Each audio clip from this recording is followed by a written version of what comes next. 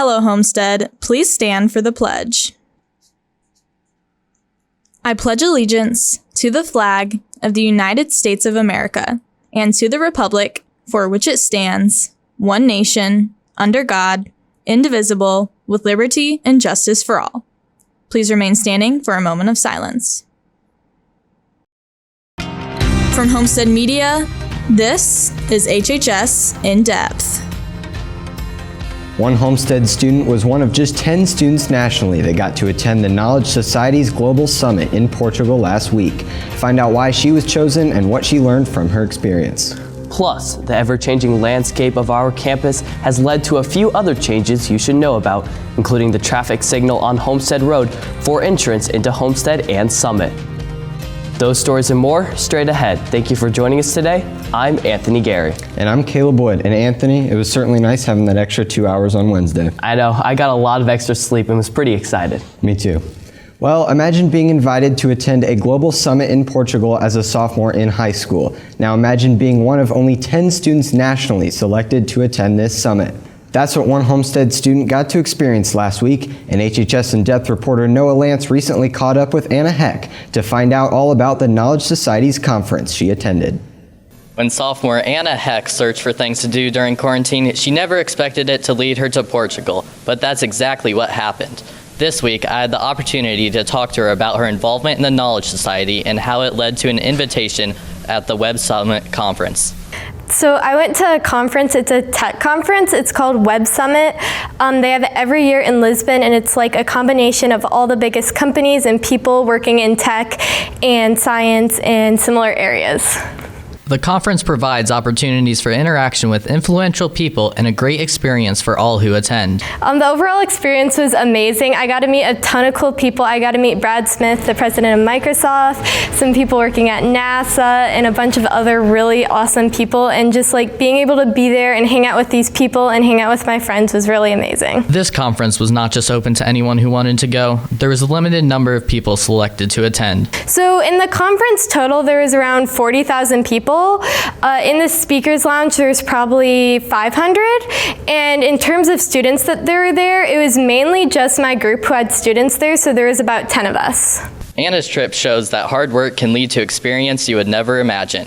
Reporting for HHS In Depth, I'm Noah Lance. Thanks, Noah. Well, it seems like each day the look of our campus is changing as the new building project progresses. But this has led to another change that students and staff should be aware of, especially if you use the entrance and exit on Homestead Road. HHS In Depth reporter Carly Flanagan is in now with more information regarding this traffic signal's new routine. You may have noticed that the traffic light on Homestead Road stops operating as usual in the evening. It changes over at 9 p.m. When that happens, the traffic light on Homestead Road becomes flashing red for cars leaving the parking lot, and the light is flashing yellow for north and southbound traffic on Homestead. It is not flashing red for the traffic on Homestead.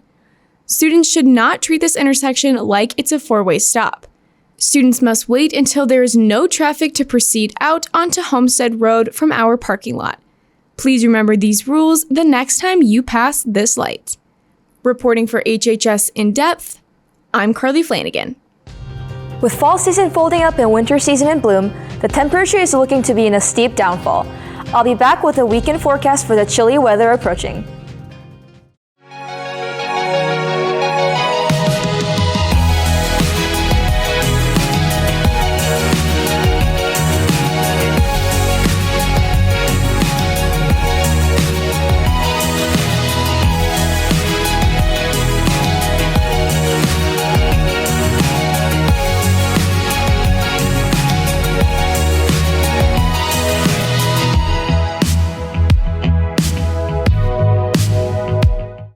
You're watching HHS In Depth with Anthony Gary and Caleb Wood.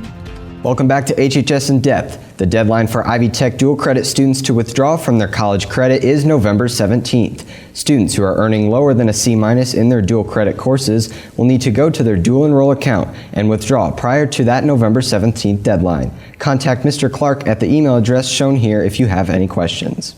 Biomedical Science Club has been invited to St. Francis University to visit the cadaver and exercise physiology labs from 3:15 to 5 next Wednesday.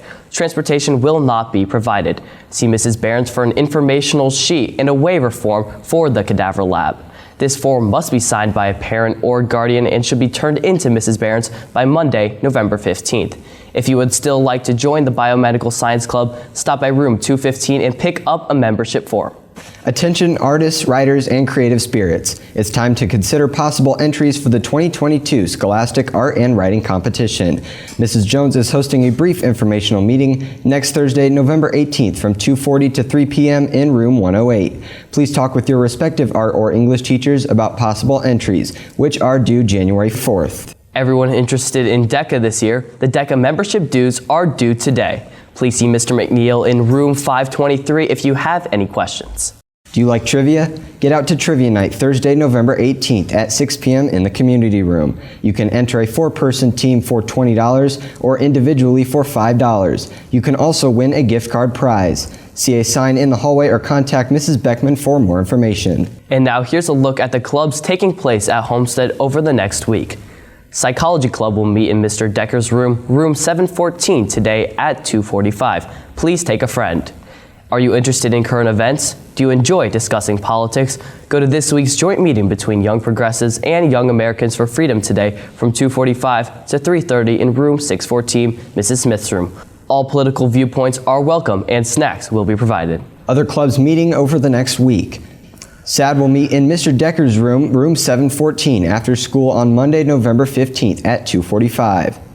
Young Americans for Freedom will meet again on Monday in room 718 after school from 2:45 to 3:30. Join the conversation about current events and politics. All political viewpoints are welcome.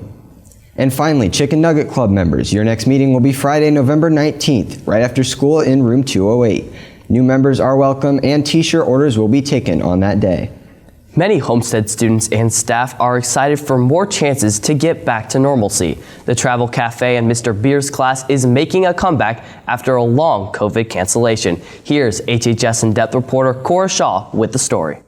With a decline in COVID cases comes an increase in opportunities to bring back events that we missed from years past. One of these includes Mr. Beer's weekly hot cocoa and tea stand, the Travel Cafe. Travel Cafe is a weekly fundraiser that I started doing, I think 2 years ago. What it is just on Fridays, I sell hot chocolate and tea, and I use that money to support my travel writing class and some of the clubs that I've done in the past. One of these clubs is Book Club. However, a lot of the money raised from the cafe goes towards a sticker for the travel writing students to remember the class with. So here is the sticker. And this was a cool collaboration between Mr. Manco's digital design class and travel writing. And I was able to work with the student who created this to get it finalized into a sticker. So I just wanted the students who took the class to have something to remember it by and to slap it on a water bottle or to take it with them. And so it was cool that, you know, Mr. Manco got to use it as a project and I get to give something to the travel writing students. Mr. Beer's students look forward to this end-of-week treat every Friday. My favorite part of Travel Cafe is definitely that students just get excited. It's cool when they come in. Sometimes they forget that it's that day, and it's kind of a nice way to end the week. It's a Friday activity. The room smells like hot cocoa, which is a nice touch, too. Students in Mr. Beer's class are excited for Travel Cafe to open back up again after over a year hiatus. Reporting for HHS In-Depth, I'm Cora Shaw.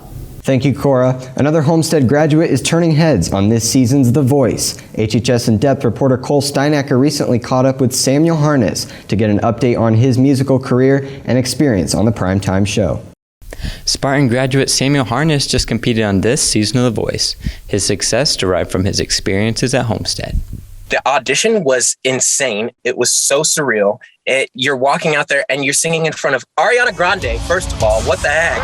And John Legend, Kelly Clarkson, Blake Shelton, like these are some of the biggest people in the music industry. And so walking out there, there's no feeling like it, but all the feelings that I ever felt like I can't do this, or I'm not good enough, or all of that went out the door when I realized where I was and what stage I was about to step on. Samuel continues to use the experiences he had through Homestead to better his musical career. I was in show choir when I attended Homestead, and I think the motivation from just getting the thrill of being on stage, the singing aspect, I think that's really gave me the motivation to carry on music outside of, high school. I would say no matter where you start. It doesn't matter where it's at. It doesn't matter if you have access to the best equipment or no equipment. And so I would say wherever you start, that's a starting point. I've played shows where there were more than 200 people there, and I've played shows where there were one person in the entire crowd. And no matter what, I was always doing what I love. So I would just encourage people, do what you love, and pursue it passionately. Samuel really wants Spartans to pursue their dreams just like he did. So Spartans, dream big and you might just make it. For HHS In Depth, I'm Cole Steinacker. Thank you, Cole. Tomorrow, Southwest Allen will be hosting a blood drive in support of Ruby Grimes. To learn more about it and how you can help, here's HHS In Depth reporter Joel McChesney. Southwest Allen County Schools is having one of their first local blood drives. Although this event is not directly sponsored by Homestead, one of its main audiences is the students and parents of Homestead. Ruby Ann Grimes was born in September of 2018. In January of 2021, she was diagnosed with neuroblastoma, a form of cancer. Unfortunately, the cancer has also caused a rare syndrome called opsoclonus monoculus ataxia, which affects the nervous system. Ruby has needed many blood transfusions throughout the treatment and is still in need of many more. If you'd like to give blood to help support Ruby Grimes, make sure to head over to Sunrise Church anytime tomorrow from 8 a.m. to 2 p.m. Reporting for HHS In Depth, I'm Joel McChesney. Thanks, Joel. Well, last weekend's weather was an unexpected surprise here in November. Is there a chance that trend continues? Yunji Che joins us now to tell us that answer. Thanks, Caleb and Anthony. For your weather today, it will be chilly and cloudy at the end of the school day with the temp in the upper 40s when the day ends. Tonight, the low will reach 34 degrees, much cooler than we experienced last weekend. Tomorrow, it is going to be a much cooler day with a cloudy sky almost the entire day with a high of 39 degrees and a low of 30 degrees. Which means it is a perfect day for a cup of chamomile tea with your favorite book and your favorite snuggly PJs. Are you disappointed because you don't like cold weather? Good news awaits you. There is a chance for the first snow of the year tomorrow night. Sunday is looking a bit warmer with a high of 42 degrees during the day, but there is still a chance of rain and snow showers, so hold back on outdoor activities. Will it warm up a little next week? I'll be back later with the 7-day forecast. All right, thank you, Yunji. Next in sports, we've transitioned to the winter sports season, and our girls basketball team got a huge win over a top 10 ranked opponent. Plus, some Spartan seniors put pen to paper this week.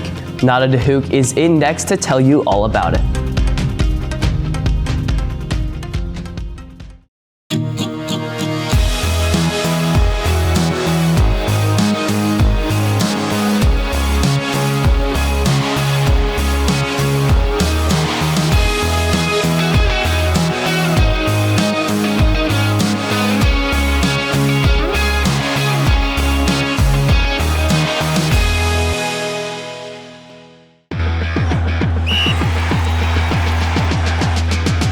Welcome back to the Locker Report. I'm Nada DeHook. Winter sports have begun with the girls basketball team starting off their season this past week with games versus Carmel and Northridge. Caleb Wood brings you a recap of both of those games. Last Saturday, the girls basketball team tipped off their season in a home matchup against the Carmel Greyhounds.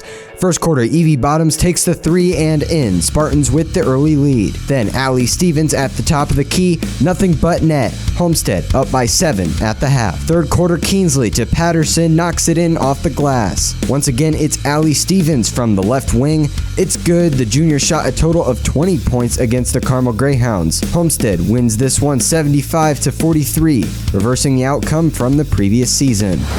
The girls were also in action on Wednesday, this time against the Northridge Raiders. The Raiders getting on the board first, but for the Spartans, Molly Stock takes the three, gets it to go.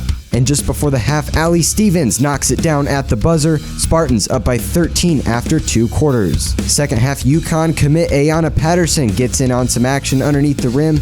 She put up a total of 25 on the night, leading the team in points. And the Spartans would hold off the Northridge Raiders, winning 63-54.